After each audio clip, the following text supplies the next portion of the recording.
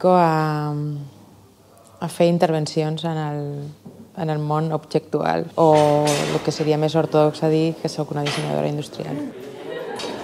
Estem una mica entre el que seria una persona que disseca, que està com dissecant formes, o sigui, estem paralitzant un objecte en un moment donat, arribem a una conclusió i es queda així i aquesta és la seva forma permanent, però al mateix temps també estem com fent de dissolvent.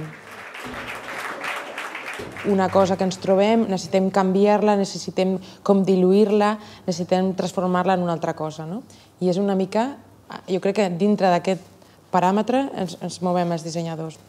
En el món del disseny hi ha moltes coses que ja estan com fetes, el que són les necessitats bàsiques i ara les tenim pràcticament cobertes amb quasi tot el que ens envolta.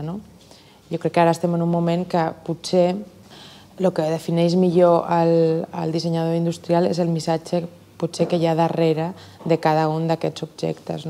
Crec que hi ha objectes que, encara que al final no arribin a produir-se, que ha passat en molts casos, són objectes que serveixen per transmetre un discurs o per transmetre una història darrere.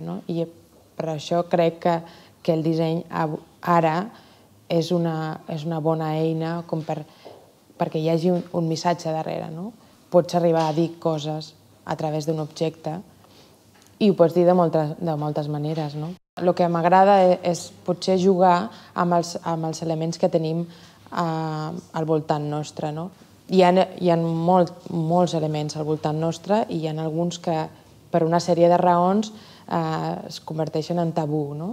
Doncs aquest tipus de joc, que potser treure'ls del tabú i posar-los amb una certa naturalitat, és un tema que m'interessa. Crec que potser tenim masses idees preconcebudes del nostre propi cos, del cos dels altres, i no sé, a vegades és una qüestió que és una herència que portem i que mai ens arribem a qüestionar. El nostre cos està en contacte amb objectes, amb productes, amb textures, amb sensacions, i com això he anat com treballant perquè m'interessa mostrar aquestes sensacions o mostrar-ho d'una manera que jo crec que a l'usuari li pot arribar a sorprendre. Falta una mirada més des del món de les dones. Hem estat presents, però potser en un segon nivell. Com a dones tenim moltes coses que dir i com a aportar. Sempre que explico el tampon, parlo de tractar algo natural que et passa al teu cos, de definir-lo amb una certa dignitat, amb un cert orgull,